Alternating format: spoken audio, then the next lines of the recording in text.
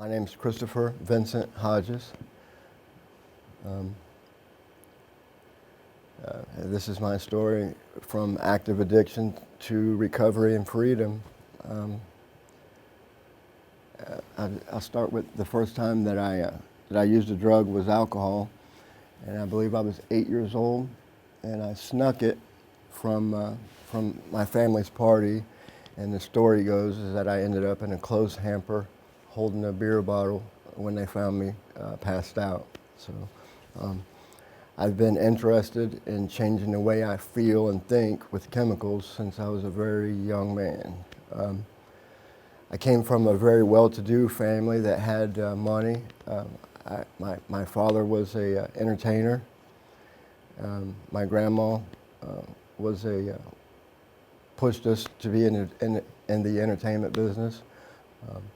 I did some commercials when I was a kid. I was pushed to do tap dancing, singing, piano lessons. I had a hard time with that because I wanted to be with the other kids and play sports, and I got made fun of a lot for having to leave to do piano and whatnot. But it was something I wanted to do also. I think some of those things created a self-image and self-esteem issue for me as I got older. Like I love the attention, but I would usually end up putting a chemical or something to change how I felt about it on top of it. Like I said, from a very early age. I moved around a lot when I was a kid. I think I went to 14 or 15 different schools by the time I was in the 8th grade. My dad moved a lot, being in the entertainment business, and I wanted to be close to him. My parents were married for 40 years, and my mother passed away, but I was always very close to them and didn't want for anything. My dad was gone a lot, and so whenever I was around my dad, I wanted to be like him. He was like my hero, you know. He was in these rock bands. Yeah, you know, like some of the stories that my dad used to tell that he thought was cute and funny back then, now he doesn't. My dad kind of blamed himself for my behavior and becoming that monster addict that I was. But it wasn't his fault, you know, like my dad was able to control what he did, and he set it down when he was done, and he had no issues with it. And, you know, he's like 70 years old now, and he's okay. But he used to tell everybody, you know, like I was rolling joints, and I'm not going to name the bands that he was in, that's not important, but, you know, here I am, 8 years old, and I'm rolling joints, marijuana joints for this pretty famous rock band, you know, and, you know, that kind of boosted my ego as a teenager. Like all my friends were fans of that band that my dad was a part of, and so it was cool, you know, like we talked about drugs. I'd always associate with the kids in the neighborhood or at school. You know, we called the stoners back in my day. So like I started out smoking marijuana after alcohol, and weed didn't really do much for me. It made me paranoid. I didn't like it. So I was able to find in my house where I lived other drugs that were laying around. You know, like cocaine became at 15 years old, cocaine became my first true addiction. You know, I would do that before school, during school. I needed it to wake up, but it took my attention other places, and I did terrible in school. Like I said, I moved around a lot of different places.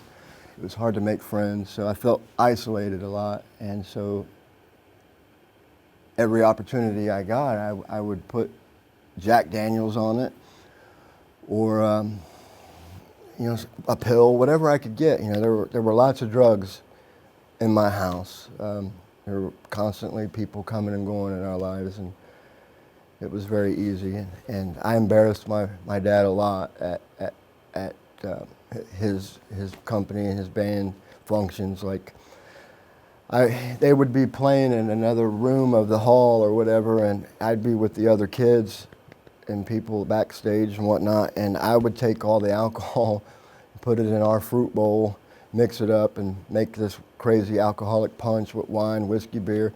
and the other kids would try it and say it was nasty, and I would just force them. I remember holding my head and holding my nose and forcing it down, and I would get to the point where I would puke all over the place.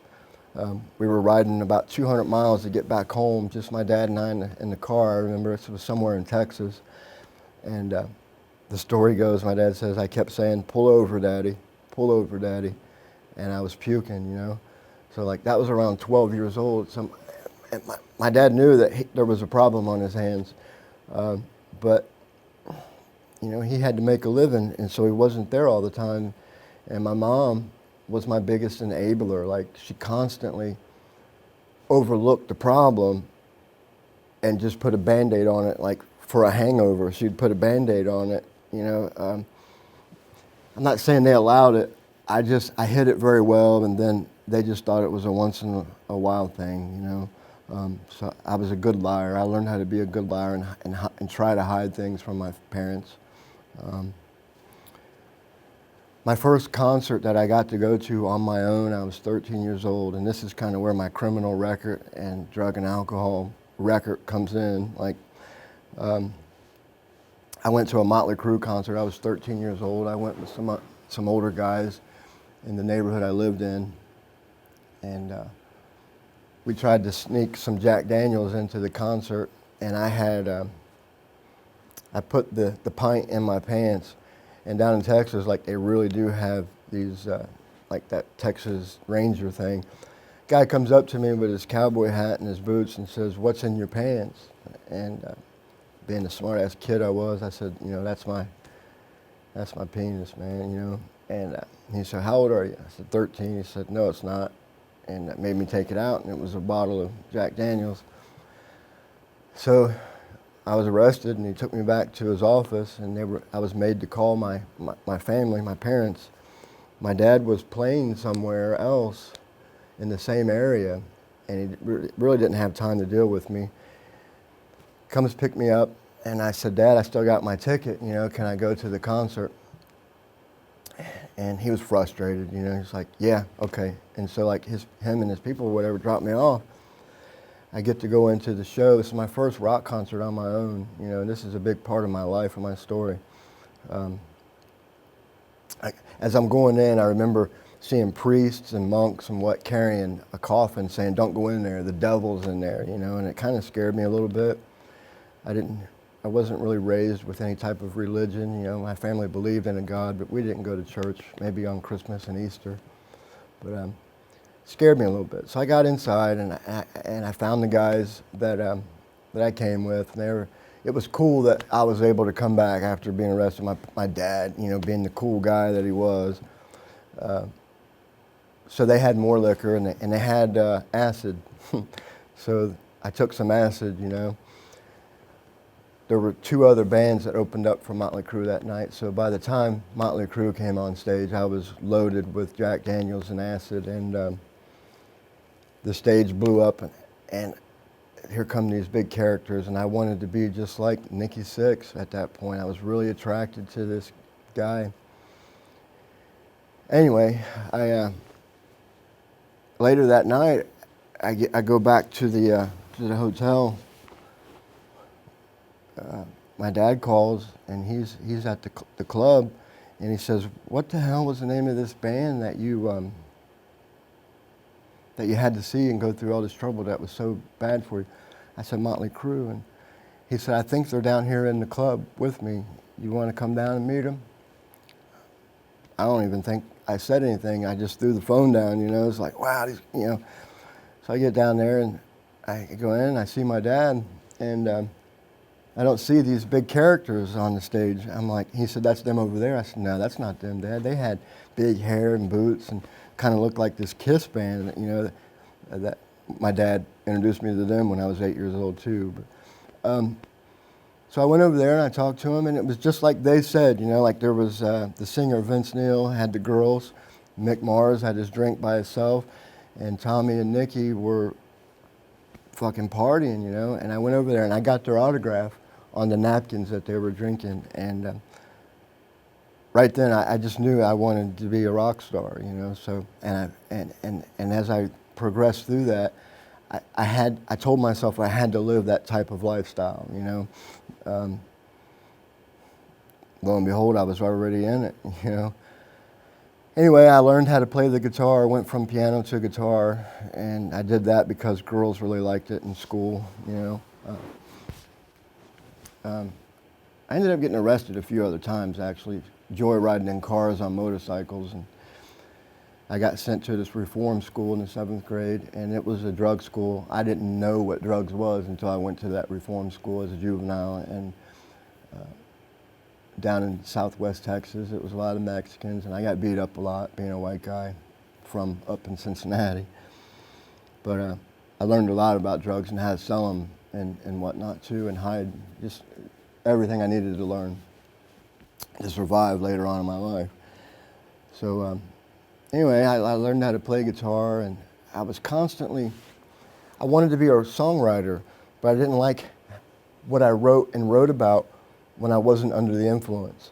So being under the influence of something, I thought I was creating something really cool, you know. And as an early teenager, I excelled really fast at my instrument. I was taught music theory at 5 years old, so once I figure out how the mechanics work of an instrument, I can produce music out of it. And so I excelled.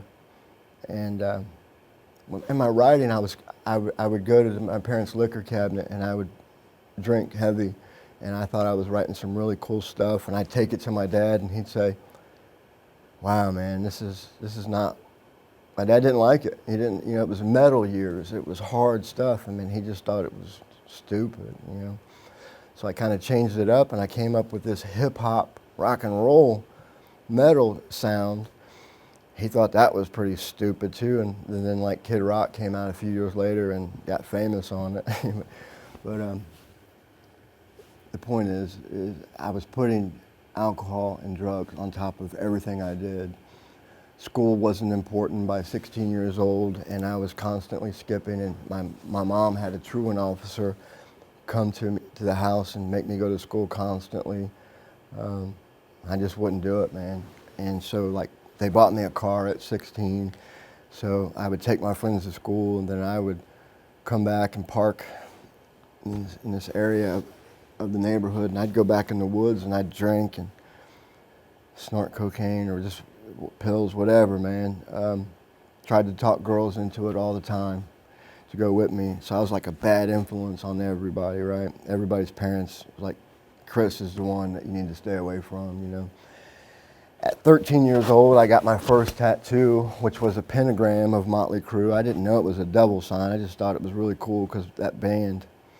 And my dad beat the shit out of me, rightfully so. I ran away for a few weeks and stayed at a friend's house, and all we did was drink and smoke weed. I couldn't get cocaine out there. The only way I could get cocaine was really in my house. So I don't know, we moved back to Cincinnati. My dad was no longer a part of that. He still played music locally with bands and whatnot, but he wasn't part of that big rock style life. And we were trying to live a normal life in the suburbs, man. And I met a girl when I was 15 years old. Well, let me say this, you know, like and she's a big part of where my drug of choice came in, both of these girls. I met a girl in the 8th grade. The last school that I attended, you know, when I had all those 14 schools that I went to where we landed here in Cincinnati, the teacher embarrassed me and told the class that I had been in a juvenile place last year. And I remember going home telling my mom, like, it's not gonna work here for me either, Mom. You know, I cried. I just didn't want to be the bad kid, you know. This girl, who became a girl later on in my life, who introduced me to my drug of choice, but in the 8th grade, she friended me, you know, and she was one of the cool kids, and so I was accepted and got past that. So we dated for that year. She was like, we were each other's first love, you know. And anyway, I met another girl the next year, ended up marrying the next girl, were 18 years old, and her family didn't want anything to have her have anything to do with me. So that made us even closer. So our families didn't want us together. I remember her mom coming over to the house when we were teenagers, telling my dad and my mom, "Your son and my daughter are having sex. We're teenagers." And my dad said, "So what do you want me to do about it?" And shut the door on the lady. She became my mother-in-law, that lady, you know. So we got married at 18. We had our first kid at 19 and 20. And then we had 2 daughters. And I was trying to live a normal life, man, but I was playing in a rock band, struggling, wasn't making much money. But I put drugs and alcohol on everything at that time, you know. But I didn't think I had a problem. Other people around me said that, you know, I needed to stop those things. But anyhow, there was a night that I overdid it really bad at a club that I was playing, and I overdosed, and I say overdose on alcohol and pills and exhaustion. And I collapsed in a phone booth in front of this club and ended up in an emergency room. And I think I was 22 years old. I had 2 daughters and I was married. And I thought I was a rock star. And I was living that lifestyle. And we were living at my parents' house, my wife and kids and I. We had a nice big house. We had our own section.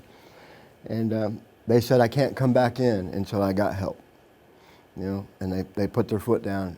And I thought, wow, I might have a problem if my family that parties normally says I'm too much.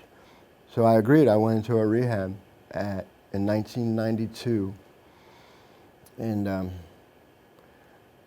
about 2 weeks, I can't remember the time frame, within a week or two, I had a therapist. It was a lady, and she had me in her office and asking me those private questions, if I had been raped, and you know, just about my lifestyle. The real important things, trying to figure out where I was putting drugs on top of my life. You know, psychologically trying to figure out where I went wrong, and she was really intrigued by a lot of my sexual side.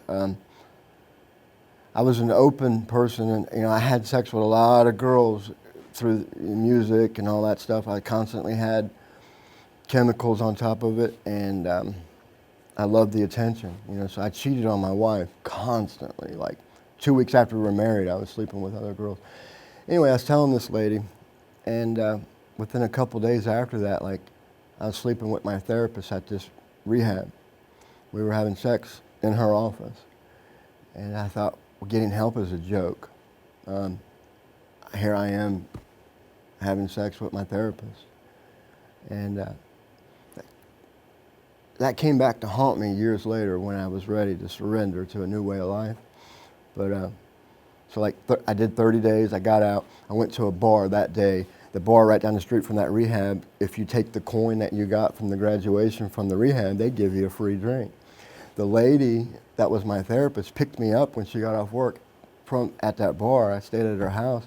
She bought me clothes and guitars, and you know, my wife didn't know none of this stuff, and so like nothing ever stopped. I went 30 days in a rehab, but started getting high that first day out.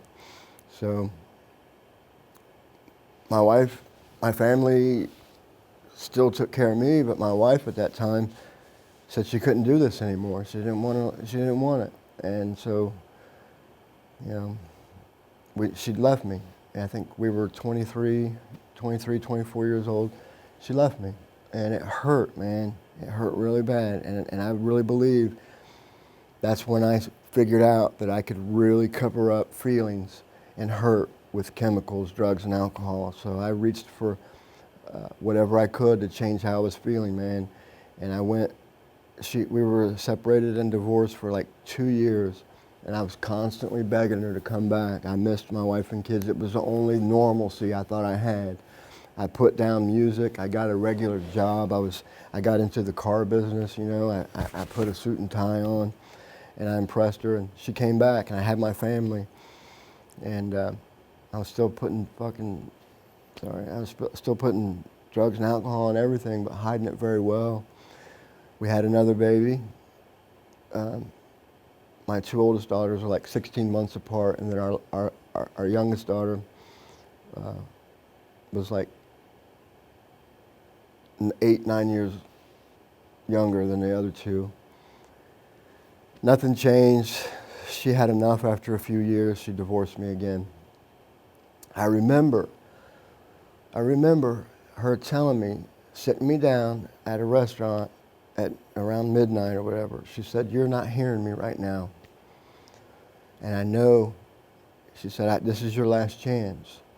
If you continue not taking care of your family, continuing drinking and using drugs around us, I'm going to leave. I'm telling you now, this is your last chance." I heard it, and it went in one ear and out the other, and 2 weeks later I came home and my house was empty. This was the second time. I was 31, 32, 33. I was 34 years old. Came home from work, when I worked. My house was completely empty except for a couch that they couldn't get out in the basement, you know, with an answering machine still there that said, it had a message on it, and it was from a lawyer to my wife saying what he was doing in the proceedings to file. And she moved, and she left, and she went back to where her family lived in a different county, waited 6 months, filed for divorce, and crushed me, man. I knew that was really it the second time. And at this time, I was going to a methadone clinic. I had been introduced to pills, Percocets, through an injury. And somebody gave me some methadone at work, and that really covered up, those opiates really covered up feelings, man. And I was able to keep working and forget about my problems for a little while at a time. And so I didn't use heroin because I was allergic to morphine. I tried it and almost died. So synthetic opiates really became my first love and first drug of choice. And it covered up all that hurt that I went through from my early age, teenage years, and losing my family. Losing my family, man, was one of the hardest, it still is one of the hardest things I've ever lost. I don't have a very good relationship with my daughters today, because when they left, I was stuck in active addiction and cared more about finding my next drug. I had money. I did very well in what I did for a living, and whenever I needed money, my family was there. My family invested a lot of that money my dad made and put it in the right places, and so they took care of their son. So having money for my drugs wasn't a problem, man, and I just, like 34 years old, I put dope on everything, man. Felt good, felt bad. And whatever the feeling was, I was high constantly, and it was fun. And I covered it up with going out and meeting girls constantly. I had to have a female to make me feel better, you know, about myself, because I lost the one I loved. And introduced to Oxycontin, just trapped in that world. Overdosed on Oxycontin and Methadone a couple times. But I didn't know what I was getting into. I couldn't tell you a lot of that time, man. I woke up a couple years later I remember standing at the methadone clinic in front of the window, crying, working 3 jobs, crying, and said, I don't want this anymore. I can't do this anymore. And so I went to a detox center and asked to get off of the methadone. And the amount of methadone that those clinics allowed me to get on was so high. That was my drug of choice. I was chasing that high, so I would lie to the methadone clinic on how I was feeling. Yes, I'm still sick. I told them that I was a heroin addict and all that stuff, and they didn't know I was allergic to morphine, so they believed me. So all I had to do was have an opiate in my system to qualify, and they'd let me come every day.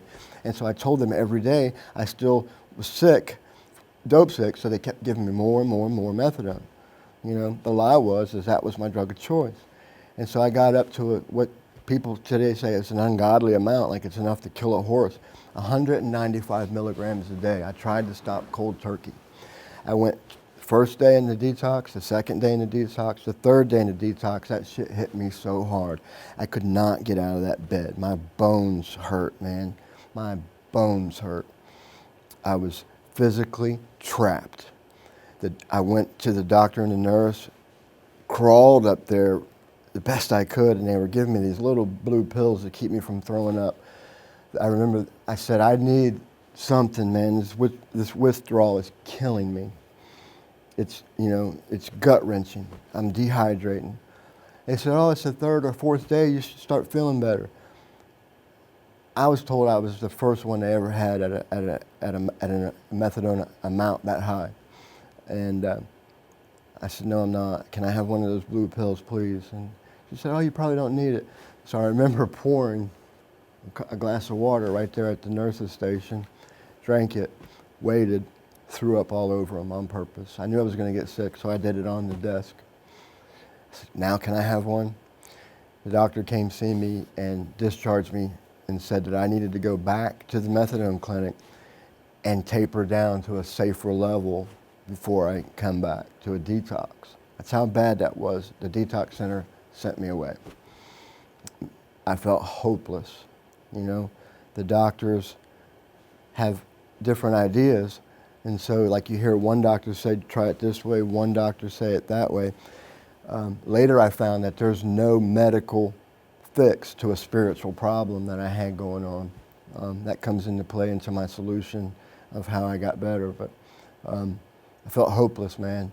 Went back to that. I went to a different methadone clinic and got honest.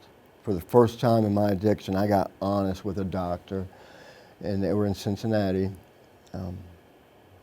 It's not okay to say the names, I guess. I don't know, but I went to a better place and got honest, you know. And that's the key. I got honest with somebody. It tapered me down to a level that was safer for me to get off of on methadone. I went to my mom. I went to my mom and dad and went to her house and said, Mom, here's the keys to my car. Here's my bank account. I'm gonna cry. I'm like, I need help, Mom. I went to my mother and I got honest. You know, I said, don't let me leave this house. I'm on 50 milligrams a day now. I don't want to go back to a detox center. Just help me, okay? Help your son. They had no idea what was going on, you know. They didn't know my life. I'd stop in maybe on a holiday, maybe.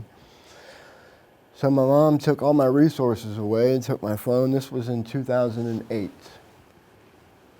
I detoxed for about 3 weeks. I don't remember eating much other than soup once in a while. I think I went about 14 days with only soup and water. My mom, heartbroken, she didn't know what to do, and I just told her, don't let me leave. Don't let me buy a beer, nothing. And she did. And I made it through that. My dad found a place in Minnesota that I could go to get out of the area, you know, like I wasn't in touch with a 12-step program or anything. I'm just thinking if I get out of Cincinnati and the people, I'll be okay, right? And I'll go up here to Minnesota to this program. Well, right before I was scheduled to leave on the bus, had the bus ticket, we got a letter at my parents' house and to my old house where my girlfriend was staying from the girl that I met in the 8th grade, the one that my first love, you know. And she was just asking how I was doing. She worked for the government. She worked for the police somewhere. And I had a small warrant at the time, so I called her and left a message and said, I appreciate you wanting to reach out to me. I'm glad it was you that they sent me. Like, I'm delusional, you know. I'm thinking that she's the police trying to chase me over this little misdemeanor warrant that I just had to pay like $50 on or something, you know. But in my mind, it was a big deal. And she said, I don't know what you're talking about. She said, I looked you up in the system because I wanted to say hi, you know, and see how you're doing. So I was like, yeah, we'll meet. Let's meet. And we met at a park the day before I was supposed to go to Minnesota, and we hugged and we cried. We talked about how our lives were. We both were miserable, and we still felt like we loved each other. So she was with somebody that she'd been with for a long time, and she was wanting to get away. So we hung out. We were helping each other. Two people trapped in something of an addiction, trying to help each other. And her sister was like my best friend. We were road dogs, man, you know. And I remember there was a few of us the girl kept me in a motel room because she couldn't take me to her house because she had her they weren't married, but her boyfriend there. And so her sister and some friends were there, and they were having a good time, right? And I said, what are you guys taking? I want some. And they said, you really don't want none of this? And I said, yeah, I want to try it. It was methamphetamine. And so they gave me a little bit. I snorted it. I felt, see, this was in 2008. I was 38 years old. I felt 16, 17 years old again. It gave me instant energy. It gave me confidence. It also gave me a desire to have sex 24 hours a day. And that was always a problem with me. You know, it's like I constantly had to have a female around but methamphetamines made everything enhance so much. Like, it was the best feeling I've ever felt. And so, like, they gave me like a 1/4 gram of it to last me for a couple days. And I remember snorting just little pinches of it. And they left, and I was in that hotel room. I was basically homeless. You know, I could stay at my parents'. My mom just got me off of opiates, you know. And so here I am trying methamphetamine. And I can tell you, man, like the next 2008, 9, 10, 11, 12, 2013, the next 6 years was a blur. I bounced around from house to house. I was couch surfing, couch sleeping, whatever. I didn't have a home. I'd have a home for a little while, I'd lose it. That drug basically kept me inside my house with a television, porno, and a girl. I didn't want to leave to work. All I wanted to do was go buy Sudafed, give them to my dealers, and get more. That was my plan for the day. Now, I thought in my mind, because of it, I was really getting shit done. You know, like I'm doing stuff. I'd stay awake for a week, you know, a few days at a time, then turned into like a week at a time. The longest I remember staying up was like 13 or 14 days. I didn't feel like the drug really got good until after that third day, and then I was like hallucinating. I got really paranoid. I thought my friends were FBI, CIA, they're going to tell on me. I learned how to make my drug too, you know. If you can make cookies in your oven, in your kitchen, you can make methamphetamine with household products and a few extras at the pharmacy. Everything you need to buy for methamphetamine to make is legal. If you put all those together, they can arrest you for manufacturing and stuff like that. But to make my drug of choice was like baking cookies. So I became that guy that people would come to get their dope. And so it made money so I could pay my rent, you know. The lifestyle, all of us in the methamphetamine world couldn't trust each other. We were all hallucinating. But the drug made us feel so good. We're all sleeping with each other, sometimes secretly, sometimes we all got together, you know. But sex and porno, and there was something in that drug that just drove men and women wild. Like, you just couldn't leave it alone, you know. If you didn't have a partner, you're watching porno, masturbating, man. It just excelled everything. I didn't want to leave that world, but eventually it got bad enough that my feelings, it wasn't working anymore. Like, my feelings of hopelessness kept coming, and my loss of my family, what I've lost. Let me go back. My family, my mom and dad, they all cut me off. In 2009, my mom got really sick. She had been complaining for a year that her lungs hurt, and the doctor kept telling her she'd go to a doctor who she trusted. My mom was a very simple woman, you know, from a simple family. So she trusted this doctor, and he would give her medications for pneumonia, bronchitis and whatnot. The pain got bad enough for her one night, and she went to the emergency room. And my dad called me and said, "It's bad, son, come." The girl that I was with, her mom was struggling with breast cancer at that time. And all of a sudden, my mom's sick, and I'm trapped in this sex-filled methamphetamine world. And like, wait a minute, man, my mom is sick. So I went and I spent the night with my mother at the emergency room. They put her up in a room and waited for the test results the next day. And I spent the night with my mom. It was just me and her. Like, my mom was my best friend, and she was the one I went to for help. She was there for everything. She was the nucleus, the glue to my family. And the doctor came in, and I was right there, and he told us it was terminal. It was bad. It had been going on so long. They didn't think she had much hope. I cried with my mom. We held each other, and I said, "Mom, if you quit smoking right now, I will too, and we'll never smoke again, and we're going to win. We're going to beat this, And my mom was she had learned to love God, through the years, and she was already very comfortable in her relationship with her higher power, God. And so she trusted him, And I didn't understand any of that, but I'm like, yeah, I know there's a God. Help my mom, And so, but I was trapped. I didn't want her to see me messed up, so I didn't come around that much. My mom and dad fought a lot, but they stayed together, like they cheated on each other through the years. They had open relationship stuff. I learned all that, it's not a secret. I'm okay talking about me, but I don't know about how my dad would feel those things, and he's still alive, so I'll leave it alone. But I learned a lot of this lifestyle from my parents. But my mom was in a better place now, mentally, emotionally, and spiritually with God, and I wasn't. So I got arrested a few times, and like the person that I was seeing secretly allowed me in the facility to make phone calls and to get special treatment and stuff, to call my mom on her birthday, and I got to see her in the room. She'd come see me, and I caught this terrible, terrible infection while locked up this time, called MRSA.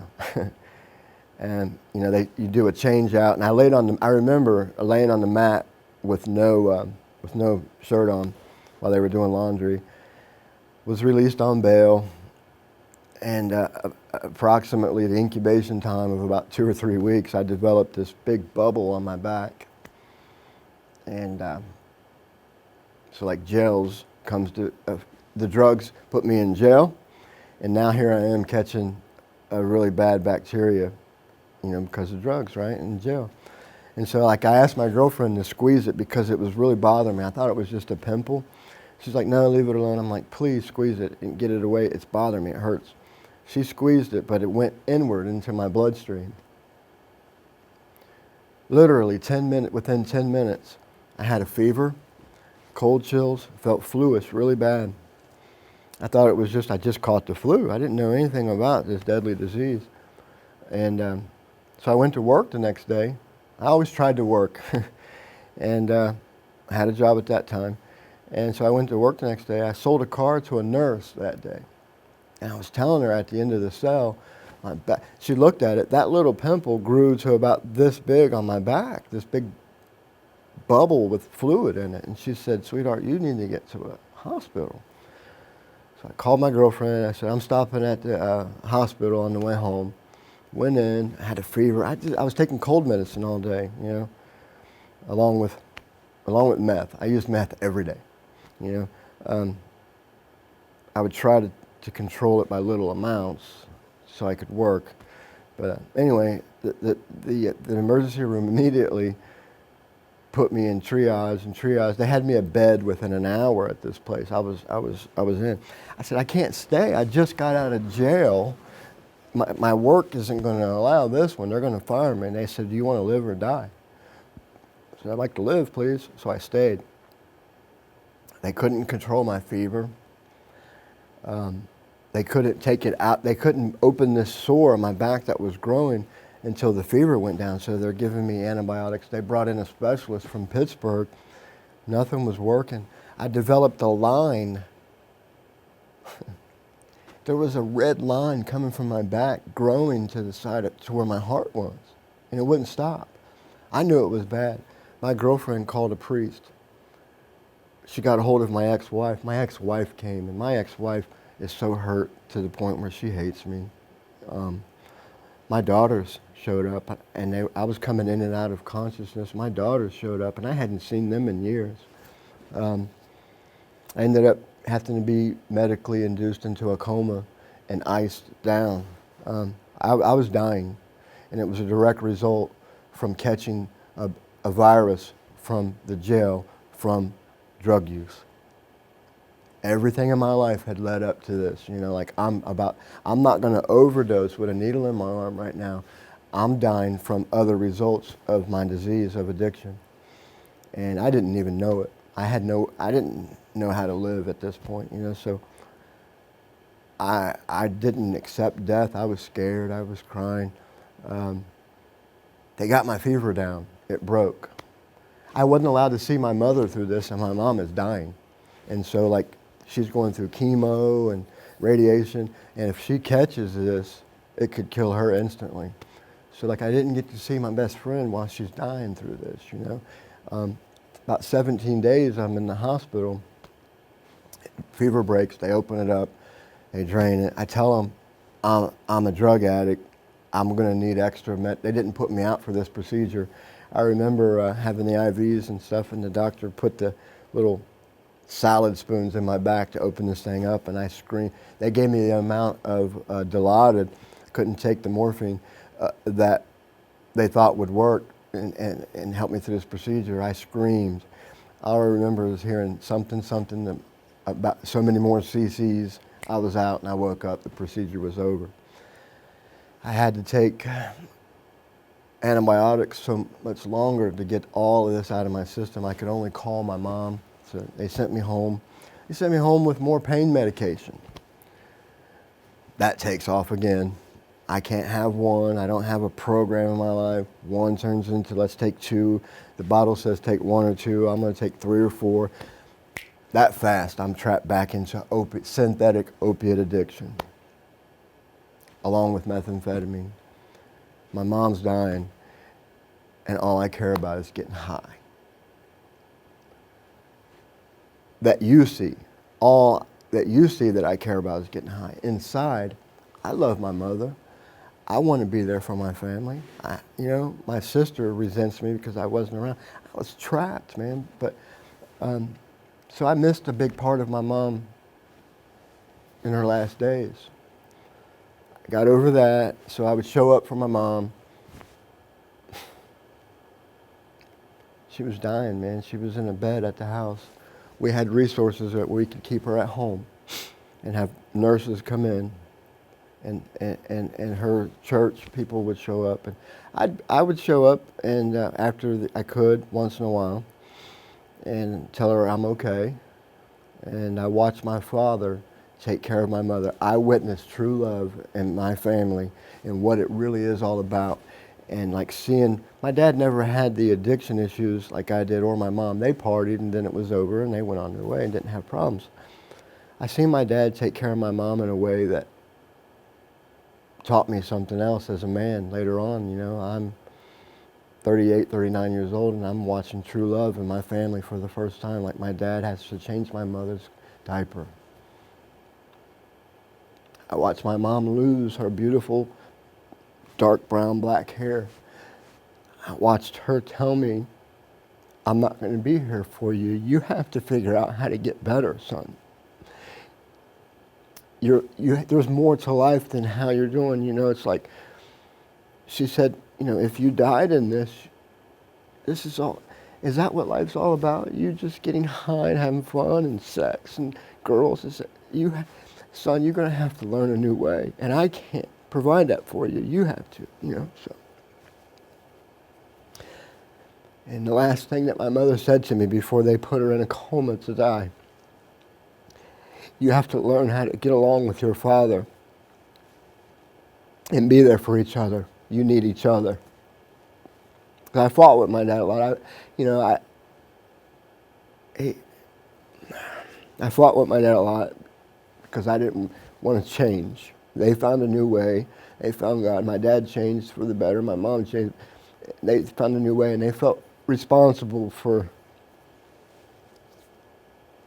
what I become. So I lied to my mother as she's dying. I said, I'm okay. I'm not doing that stuff.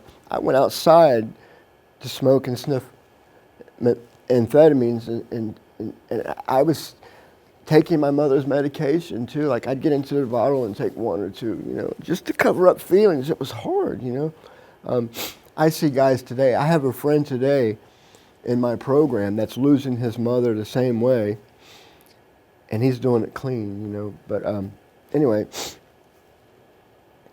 my mom died November 28th, 2009, 4:48 a.m. I was with my girlfriend. She was staying with us. We had a house together. We were staying at my dad's. I was on the computer playing video games, and I heard the phone ring. It stopped. My dad came down the hallway and said, she's gone. Your mother's gone. I did not watch my dad cry one time while taking care of her. I remember asking him later, Dad, how did you do that? He said, I had to not show any fear to your mother that everything was going to be okay. I said, Dad, how did you do that? Where did you? He said, he was drafted and he became a Marine when he was 18, 19 years old, and he went to Vietnam. He said, the Marines taught me that, and I wished you would have followed in my footsteps and went to the military, because that would have taught you how to be stronger right here. I said, wow. The United States Marine Corps taught you how to take care of my mother and show her no fear and let her show her strength all the way to the end? He said, yeah. So, hoorah, you Marines are the shit, But right then, my dad cried when he told me, your mother's gone. My wife is gone. My dad hasn't been the same since. He doesn't believe in suicide. My dad talks like he just wants to go home. He wants to go to heaven and see his wife and God. So my dad lives a life right now of he worships his God, teaches piano to young kids. That's where he gets his enjoyment. He teaches the piano to young kids privately, and he's ready to go home. He wants to die, so he's kind of given up. Doesn't have much hope. He's sick too, but through this recovery, and this is what I want to talk about now, is the solution. Like through what I've learned through this program, I can be there for my dad. I can do the things that my mom asked me to do. How I did that was this. I was, in the next couple of years, methamphetamine took me to a world. I lost my mom. I had no hope. I lived in trap houses where girls were prostituting. When I say prostituting, like, there were animals involved. Like, there's some really sick people out there. I'm living in the basement just trying to get high. The girls in the area and the world that I lived in of this methamphetamine nicknamed me Sugar, because I lived off of girls. I witnessed and watched.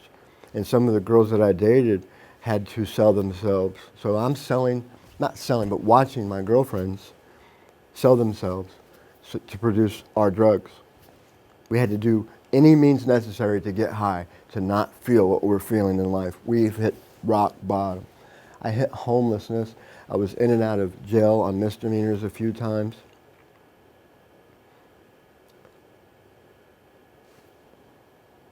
I had a big fight with my girlfriend at a hotel. This is the beginning of getting better. This is how I got better. This is how I became the man that's sitting right here talking about this. This is the beginning of the end of this success part. I was arrested.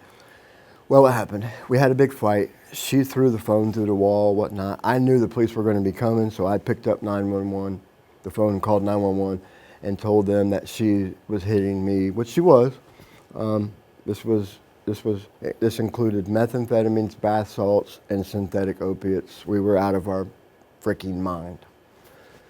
Police show up. Her dog was running. We had her dog with her. Was running down the parking lot. So she decides to go catch that dog. The police think she's running from her. So quickly I said, she's the bad guy.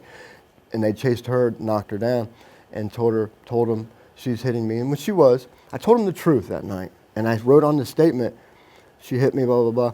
She needs help. I can see it in somebody else, but I don't want to help myself, right? But this woman needs help. And so I filled out a statement and they charged her with domestic violence, obstruction of official business, which was a felony, and they took her to jail. This girl was like my best friend, but we were trapped in addiction. And she gets out of jail, blah, blah, blah. We didn't see each other for a few weeks. I stayed at my sister's house, secretly getting high. My sister would not allow me to come around, her and her kids, with me. My sister cut me off years ago. She's the smart one. I love her to death. I don't go around her yet to this day because she just didn't want that around her children. My sister lived the life of what I call a normal person and protected her and her kids, my nieces, from me, the monster. As a bad influence to them. I don't disagree. So she let me come stay, and then this girl shows up on our doorstep 3 weeks later, like at 6 in the morning, some guy dropping her off. My niece comes downstairs and says, "Uncle Bubby, she's here." And I was kind of happy, nervous, and sad at the same time. And she was really screwed up. And long story short, my sister called 911 after being there a day or two. She was overdosed on some pills, Furacet, actually. The ambulance comes in, and we're trying to tell her a fake name. I think she had a warrant or something. This is a lifestyle we live, man. It's hard living this way. The paramedic says, "That's a Furacet overdose." See, we use any drug we can to make us feel differently, It wasn't just one drug of choice. We used whatever we could. And so they took her to the hospital, helped her out. She got better. We're staying with my sister. My sister allows us to stay there because we had nowhere to go. We're homeless. We go to court.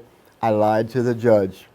I retracted my statement that I had wrote down. What was the truth that happened that night? I retracted it. 3 days later, I found out I had a warrant for falsification and incriminating myself on the stand. The judge, I respect this judge in Butler County in Fairfield very much. Judge Campbell, I respect her. She's a big part of my recovery. She asked me that day, I remember she took her glasses and said, "Christopher, do you want to continue today?" I said, "Yeah." She said, "Do you have any idea what you're doing right now?" I said, "Yes." She said, "Do you want a lawyer?" I said, "No, ma'am." I just wanted to protect my friend at that point. I didn't want to see my friend go to jail. She had already been to prison on drug-related charges. They were going to nail her. My attorney, the judge, my friends, my sister, everybody told me to get away from this girl. It was bad for me. We were bad for each other. But I loved her. She was fun. She was a big part of my drug world. She was beautiful. She was the one that I'd get high with and have all this crazy sex. So I lied for her, and 3 days later, I was charged. I had a warrant for falsification and incriminating myself. I didn't know for 6, 7, 8 months later, I got arrested. I was helping a friend. I was helping my ex-brother-in-law and my sister, and the police said, "What's your name?" And I had a warrant. For what? They arrest me, and I go in front of this judge in Fairfield. And I begged her. I said, "Can I please?" I didn't know what was going on. I begged her for an OR bond. I don't have any money. I said, "I can pay for an attorney if you let me out." She said no. About 2 minutes later, her and the prosecutor talked. She said, "Christopher, it's your lucky day. I'm going to give you an OR bond," and let me out. So I was only there 3 days. Got me an attorney. They got me probation. I was convicted of falsification, incriminating myself on the stand, gave me probation and some fines, and I couldn't report on time to my probation officer, and wasn't able to pay the money. And so I ran to Fort Lauderdale, Florida, trying to get help. Came back, that failed. Ran from probation, didn't show up. They caught me, had a warrant. Go in front of the judge. And this is all through homelessness in the area. I didn't know where to go except to stay in my community. And I was a panhandler in my community asking for help. You know, I'd go into a store and ask for a sandwich. I'd stand in front of a store and I'd tell people I'm an alcoholic, I need a drink. I'd panhandle money to go get my dope, and I'd find somewhere to stay. That was my life at the end here. Going to jail was like having somewhere to go at that point. And so this judge pulls me out, and I come back up, and she asked me, "Do you have a problem?" I said, "Yeah." And I remember she said, "I'm going to release you today. Do you have somewhere to go?" I lied to her. I said, "Yeah, I do." And that night, the next couple nights, I remember I was on vodka, all kinds of benzo pills, like Xanax and stuff, and had been up for a few days on methamphetamine. I was on my sister's porch, and she didn't want me there, so she called the police. I woke up in jail again on a new charge of disorderly conduct or something. Went in front of the same judge, and it was like an assault on one of her officers or something. You know, like I'd swung or hit one of them or whatever in the statement. And she said, "Christopher, you're a drunk. You're an addict. You didn't get violent. What happened?" And I said, "I had no idea what happened." I said, "But I know this. If you release me, I'm gonna go get help." That's what she wanted. Okay. I didn't know where to go. I was out of my mind. The first thing I did was get high. I'm walking up Route 4 in Fairfield. I fell out. Right on, I don't know where it was, on Route 4 in Fairfield. The nurses later told me this. I ended up in a hospital. A set of twins at the age of 19. This was June 2nd, 2014. Or no, I'm sorry, June 1st, 2014. Picks me up on Route 4 in Fairfield. Took me to the hospital. The hospital saves me, you know, pumps my stomach, gets all that out. I'll go from the medical side to I had a case manager for the Medicaid. The hospital put Medicaid on me, and this is how I got help. Like, I didn't know I had resources. So the lady comes and says, "Do you want help?" "Yeah." "Yeah, I really do. I have nowhere to go. I don't want to die this way." She bought me some time, and they put me in a psychiatric ward at a different hospital. She placed me into a recovery center. The first 30 days in that recovery center, I wanted out. My body was going through hell. My mind was distorted everywhere. How did this kid that was spoiled his whole life end up homeless in a treatment center with no friends and no family wanting to have anything to do with me? I hit rock bottom, and I was still alive. They wouldn't let me use the phone, so I didn't remember addresses, so it's like I had to sit and stay. There were people from a 12-step program that came in and volunteered their time 2 nights a week for the program that I do, and told us there's a new way to live. And I identified with one of the guys, man. He was really cool. And like the 32nd day, you know, he came in, it was on a Saturday. And while I was in there, I had no family come visit me. You know, the Saturdays was a very lonely day. And you're watching others have family and bringing them cigarettes, resources and stuff. I didn't have anybody. He said, "How you doing, brother?" And I said, I'm all right, I'm having a good day." He said, "That's it. In your mind, just tell yourself, you're having a good day. That's what it's all about, man." And I identified with him. And so like this program of Narcotics Anonymous told me that like I could have what he has, like happiness, you know. This guy has a home and he's happy. So like when I finished the program, after that point, like I caught on. I wanted to do this program. I wanted to learn how to get better in any resource available. I paid attention. I talked to my counselors. I got honest. I got open-minded, and I became willing to change my life. I was tired of hurting inside. Come to find out, drugs weren't my problem. It was the way I thought, my thinking, and I wanted to cover everything up and not feel what I was feeling. This program that I was in, they taught me how to change my thinking, how to be positive, identify my self-esteem issues. I got honest. I graduated this program proud. My father showed up. During that program, we had an encounter process halfway through, and your peers tell you about yourself and what you're doing wrong, what they see and how they suggest you can change. So they give you these homework assignments, right? And one of my homework assignments was to write 2 recovery-related songs. I had a guitar. My counselor in there let me use his guitar. So I wrote 2 songs. One of them became very personal to me. It was my life, and it was called That's My Life in Rock and Roll. It was about partying. There's 4 verses that just summarize all this up. And I wrote it clean, and I wrote it sober, and I never thought I could do that. Remember when I said when I was a kid, I had to cover it up to write. For the first time, I wrote something that I'm proud of. And I don't have any chemicals involved, and it's a true story about my life. It's called That's My Life in Rock and Roll, and it's out there now. So my dad comes to the graduation. They gave family time in there. He actually came visited me a couple times. He said, son, I had to turn my back on you because I didn't want to watch you die that way. And I knew I would get a phone call that you were dead or you were getting better. That's the only way I would respond. He wouldn't return phone calls when I was in active addiction and lost. Called him from the place, he answered, he came. This program, it was called Cognitive Behavioral Therapy, taught me how to accept my dad for who and what he is. And I have a very good relationship with my father today.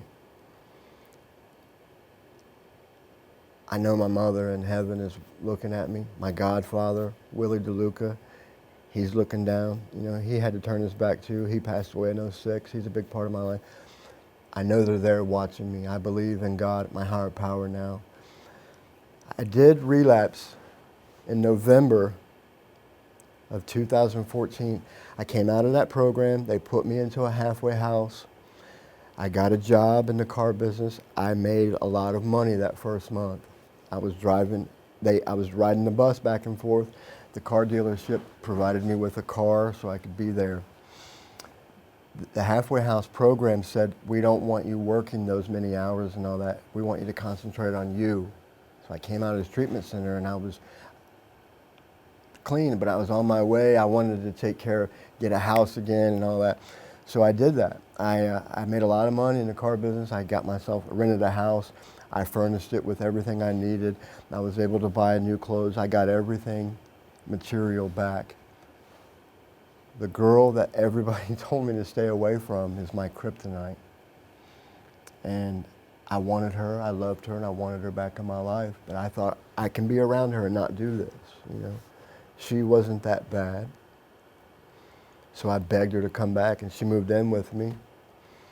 I think 3 weeks into living with me, I asked her, and I wasn't going to any AA or NA meetings and concentrating on my recovery. I thought I did this all alone, and I forgot that there's a God that was taking me all the way through. And that's the root of my recovery is my God. I thought I did all this.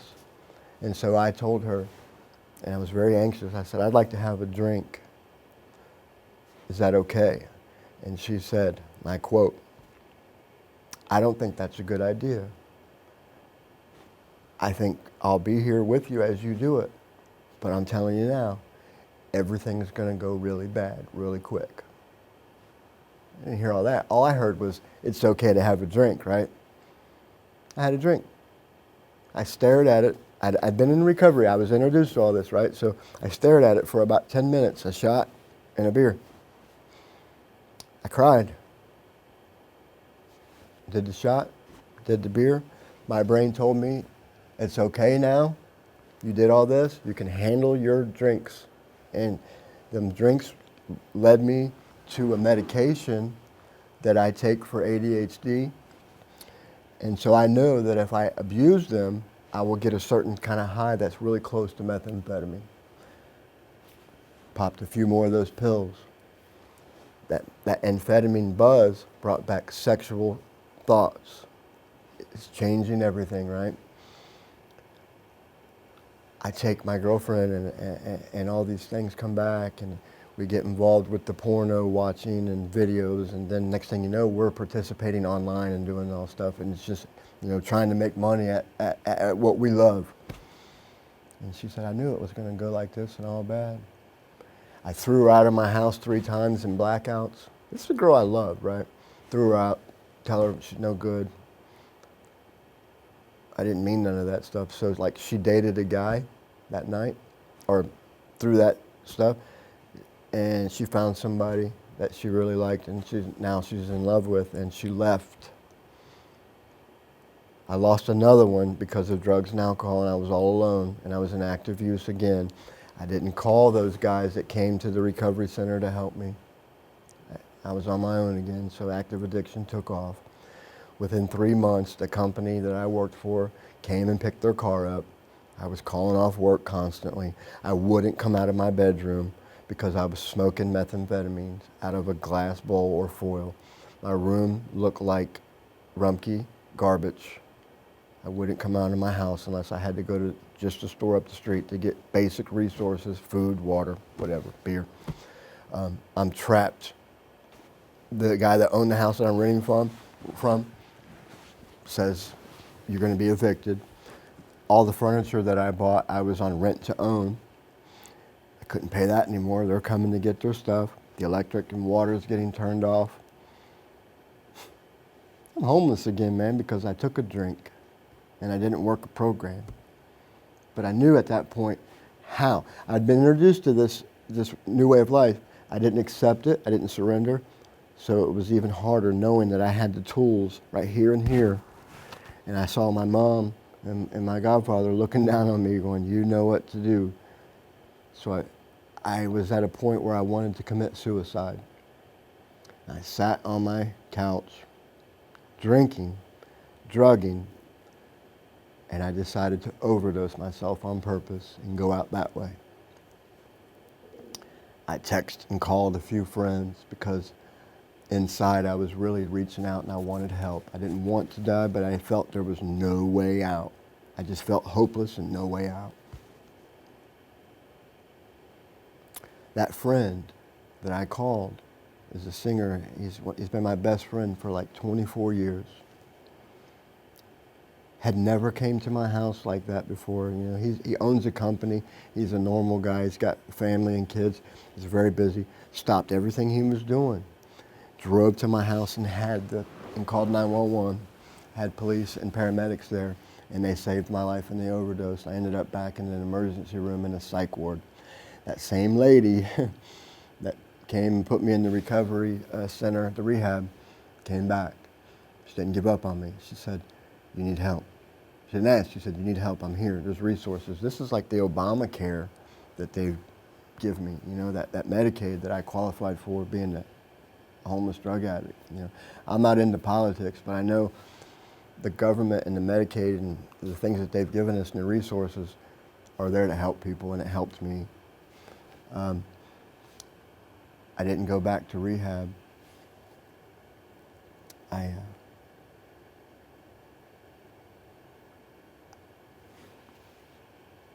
got out of there. I got a job really fast. I stayed at my aunt's house, got a job back in the car business, made some money, was living. Didn't go to any meetings yet, Thought I could do this on my own. Back in Fairfield on Route 4, I rented a room at one of those extended stay places you could do weekly. Making lots of money again, man, in the car business. When I was on, I was on. I didn't stop using. I just allowed it to clean up in my mind just a little bit, you know. Wasn't surrendered. It wasn't 30 days.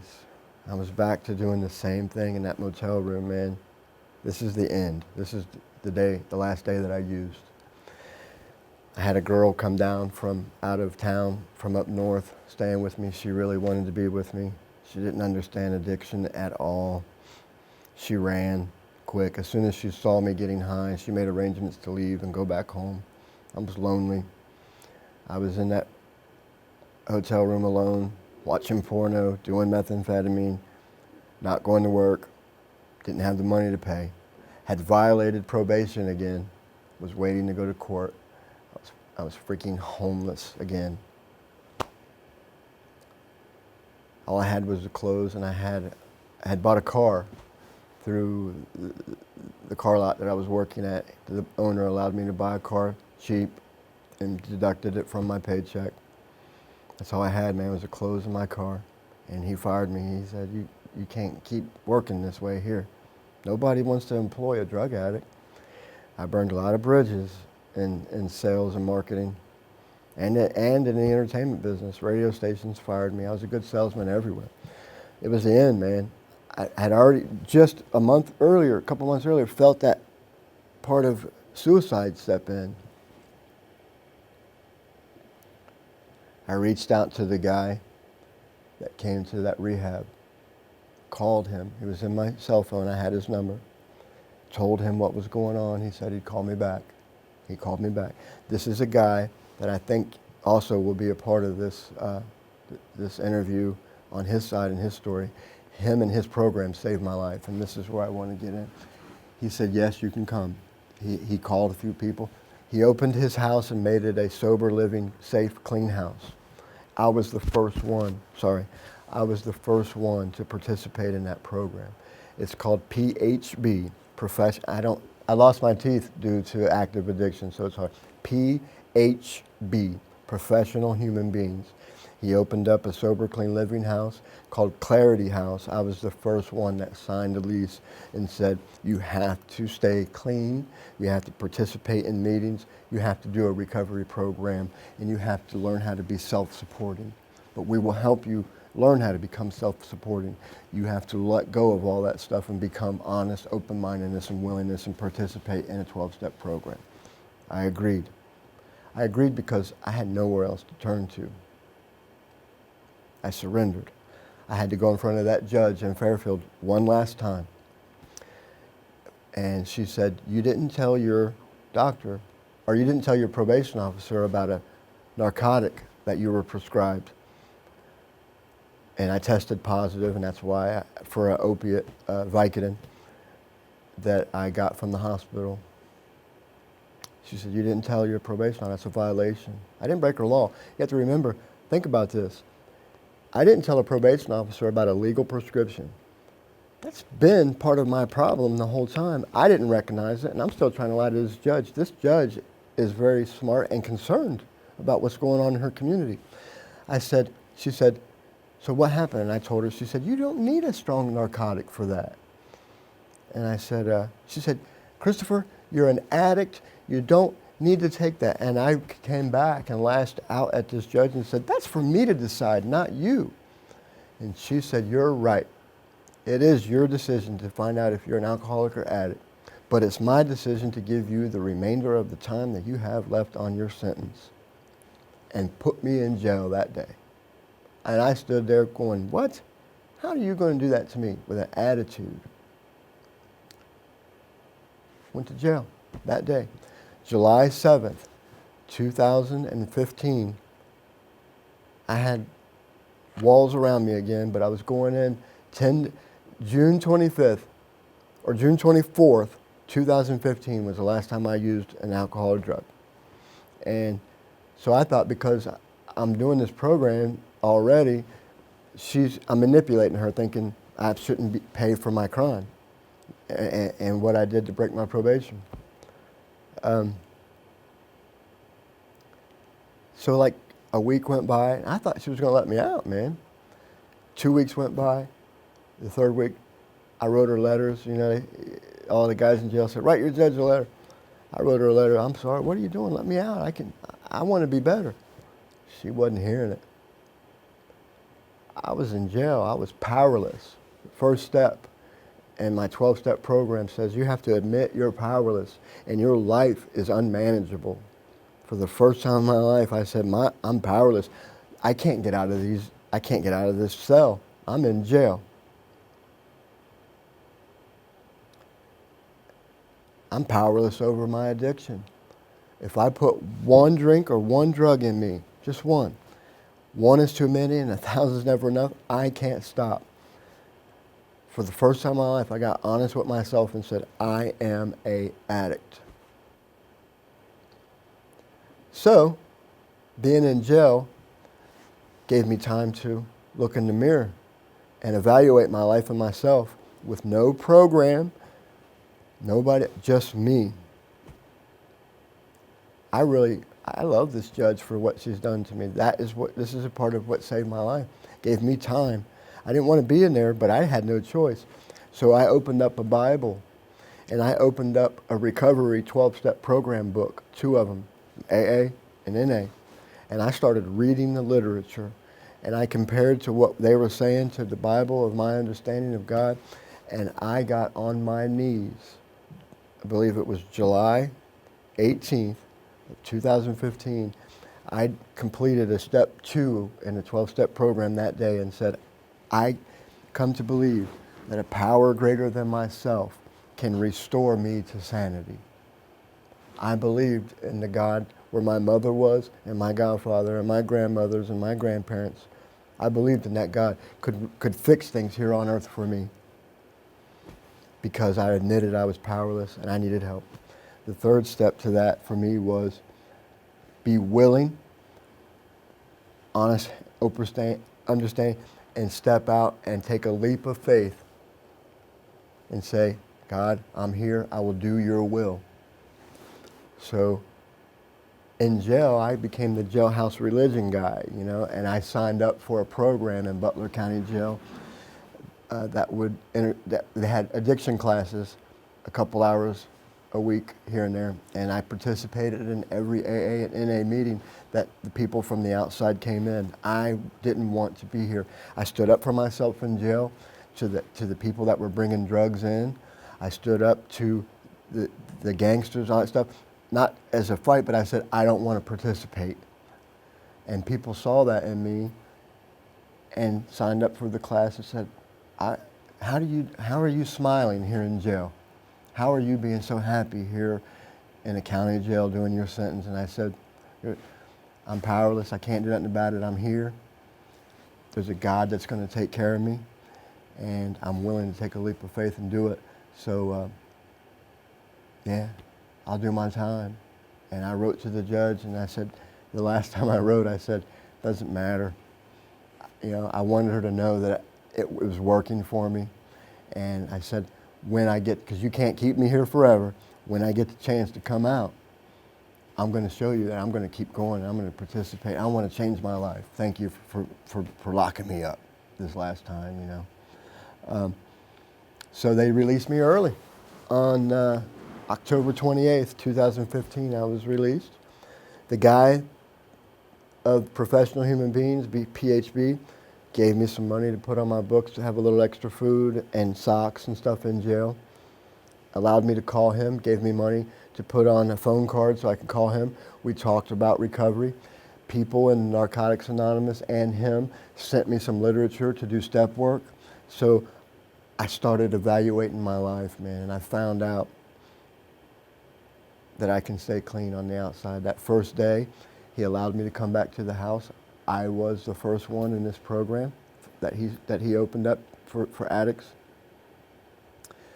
Put a little money in my pocket to help me get my phone turned back on, to put gas in my car and insurance, and go find a job. That was it. I had to take care of a couple little things that second day. I put on Facebook. That's another addiction, man. I got Facebook issues. I put out to all the people in the world that I know on Facebook, right, that I'm home, I'm free. And one of my old girls, That was part of my active addiction. He said, won't you come on over to the house? We can smoke or not, but just come on over and hang out. I said, yes, I will. I'll be right there. I grabbed onto my steering wheel of the car, man. I started praying out loud like I did July 18th. I said, God, I need your help right now. I don't want to go over to this girl's house and use drugs. Even if I don't want to, I will use against my will. I prayed and I prayed, and she called and said, are you coming? I said, yeah. I drove to a AA building, safe house. It was an AA. I couldn't identify with alcoholics. I'm an addict. It's a little different. But I sat down with another alcoholic at that building and said, I need help right now. I don't want to drink. I don't want to get high. I don't want to go over to this girl's house. Please, how do I do it? They said, you just stay right here and talk, brother. It wasn't a meeting. And so we talked. They identified. We don't judge each other. You can talk openly with another addict or alcoholic and say, this is how it's going on. And, they helped me get through the feeling of obsession to go have sex and put drugs on it. I made it through. Called my sponsor who started PHB, called him and said, I'm on my way home. Just want you to know I'll be there. And it was a few hours later. I'll let you know I'll be there in 20 minutes. I had to stop here. I had a problem. Got there, hugged him and said, I made it, man. I didn't use, I didn't go over to the girl's house, I didn't drink, I didn't get high. Wow. That was one of the greatest feelings in the world. Like, for the first time, I didn't give into temptation. I did what I told that judge I would do. It was a good feeling. So there was another recovering addict there, and he said, this is what I think you did wrong. And so I allowed him, I asked for help, and he suggested get those phone numbers and stuff out of your phone, block them people on Facebook or get off of it. I said, I don't want to stop Facebook. That's where all of my recovery people are too. That's how we communicate. I gave him my phone and he took those people out. I didn't know how he did it, and he blocked them. I didn't know their numbers, and so it was gone. Let somebody else do it. Became willing to take advice from another addict on how to stay clean. He did that for me. It was gone. So I didn't have that. So I made it through another few days, and a couple days turned into a few weeks, and a few weeks turned into a month. I had to have procedures done on my mouth at this time. I had 6 surgeries, getting all my teeth removed because methamphetamine had ate away at everything. I had meth mouth. I'm very embarrassed to sit here in front of you and do this interview without teeth, but there's probably somebody else out there that's been through this similar, and you can make it, man. This program that I've learned how to be confident again no matter what. I'm just me. People accept me for who I am. And this is real life shit. So can I say this? Like, there was one time, this is how bad meth affected my mouth. I was getting high in the dark with a friend of mine, a girl. We had a few small lights. I was smoking meth, torching the foil. One of my teeth broke out onto that foil. I was burning the tooth on the foil, trying to melt it because I thought it was drugs. It was actually a tooth. She came over with a flashlight and said, "Sugar, that's not any dope, honey. That's your tooth." True story, man. It's, I laugh at it and I tell it to people and I joke, True freaking story, man. Like, I was that guy that couldn't stop and his teeth was falling out, right? So, I made it, and I'm having these surgeries on my mouth, and prescription pain medication was an option for all this pain, man. I caught infection after infection. My face blew up. It hurt really bad. The dentist said I was the worst case that he's ever had as far as extractions go. I had 4 teeth that were triple rooted. It was a nightmare. So something that was supposed to take 1 or 2 procedures took 6, actually 7. I was prescribed pain medication. I gave it to another addict to give to me as prescribed. For the first time in my life, I did that. So that's not relapse. It's between me and God and my sponsor. I was put out of the pain and the misery the best they could to get through it. I did it by going to meetings of Narcotics Anonymous and telling people every day what was going on truthfully in my life. The embarrassment and the hurt and the shame of what my mouth, but I want to stay clean another day. I made it through all that by going to meetings, telling people how I feel and showing up and being available to be assistance to somebody else.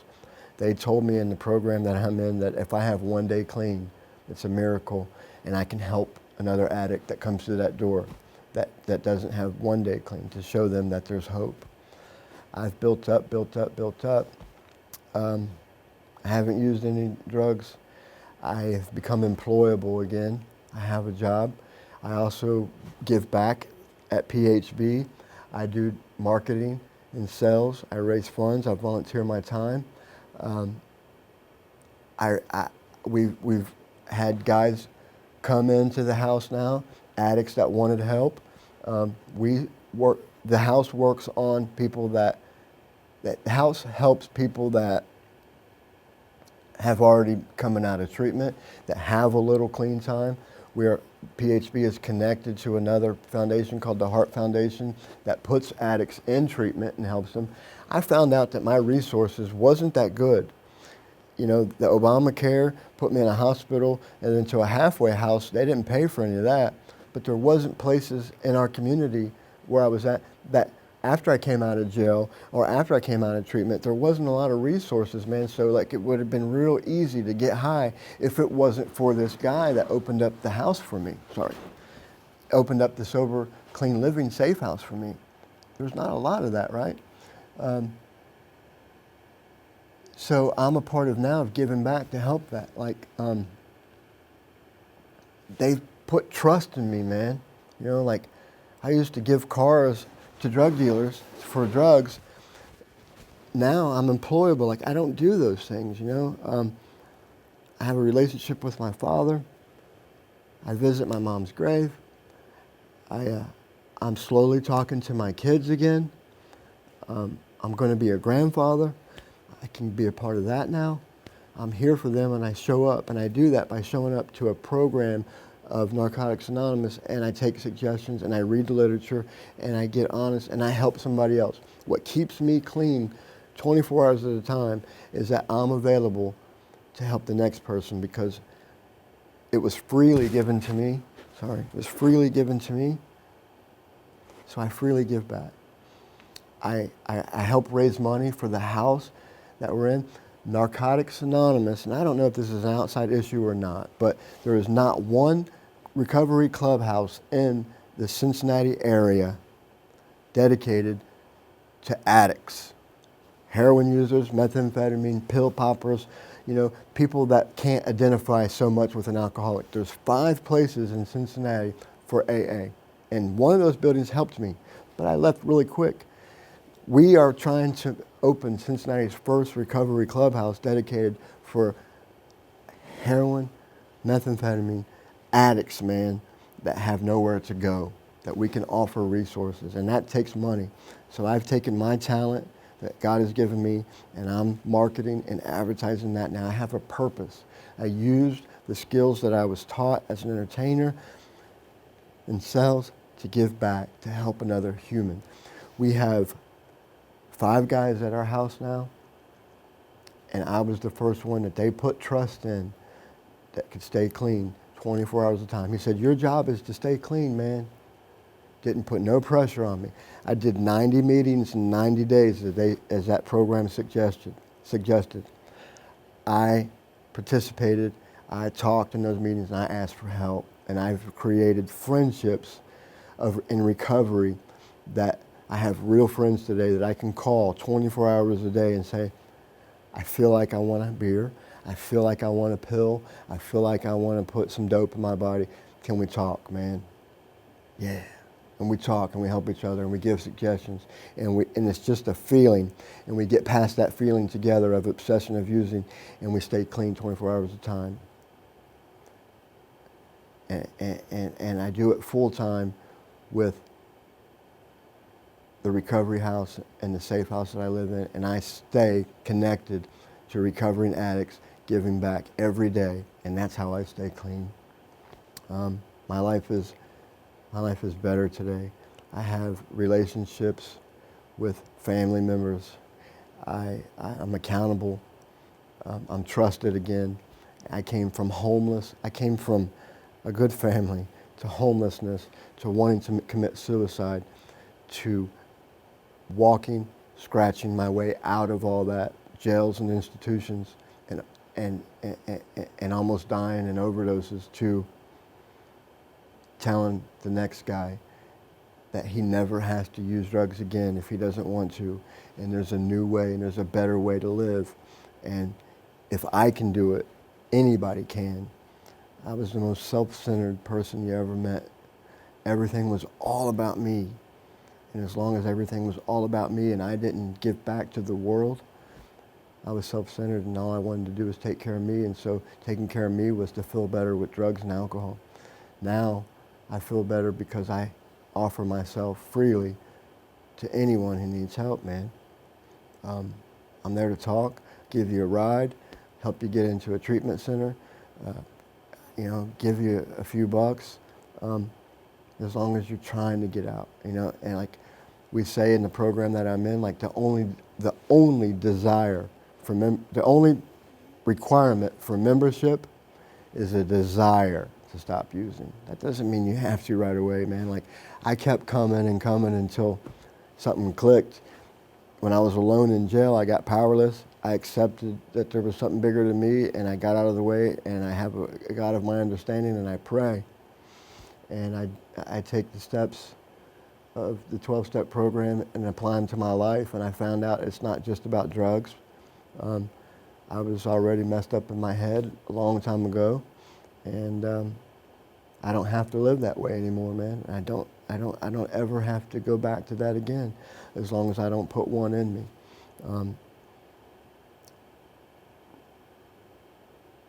I wish my mom was physically here to see, that her son has changed his ways, and I committed to not having a relationship with women for a certain amount of time but it's not about a timeline, it's about where I'm at in my life. So I have committed not to have a relationship with a woman that way until I know I can be something for them and offer something in a relationship, and it goes two ways. It's not all about me and sex and whatnot. I go to churches, and I tell my story, and I give back, man. I give back to those people because of that one man that opened up Professional Human Beings and that sober house and that program being available to me through the program of Narcotics Anonymous. Became my sponsor, helped me get on my feet, and I've helped many men get back on their feet now. And that's an amazing feeling.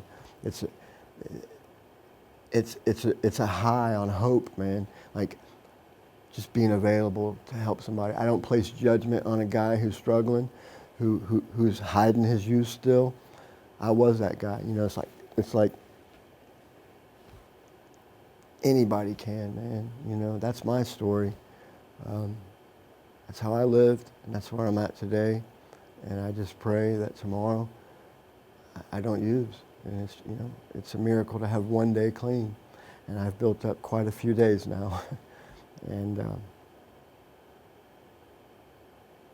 people can recover from the disease of addiction. I believe it's without parallel of one addict helping another addict is without parallel. Like, that's where we find hope. It's not from a doctor saying, try this pill or that pill. I said this earlier, there's no medical fix to a spiritual problem. And once I found inside myself that I can't do it alone, but together with God and the people in recovery, we can. That's it, man.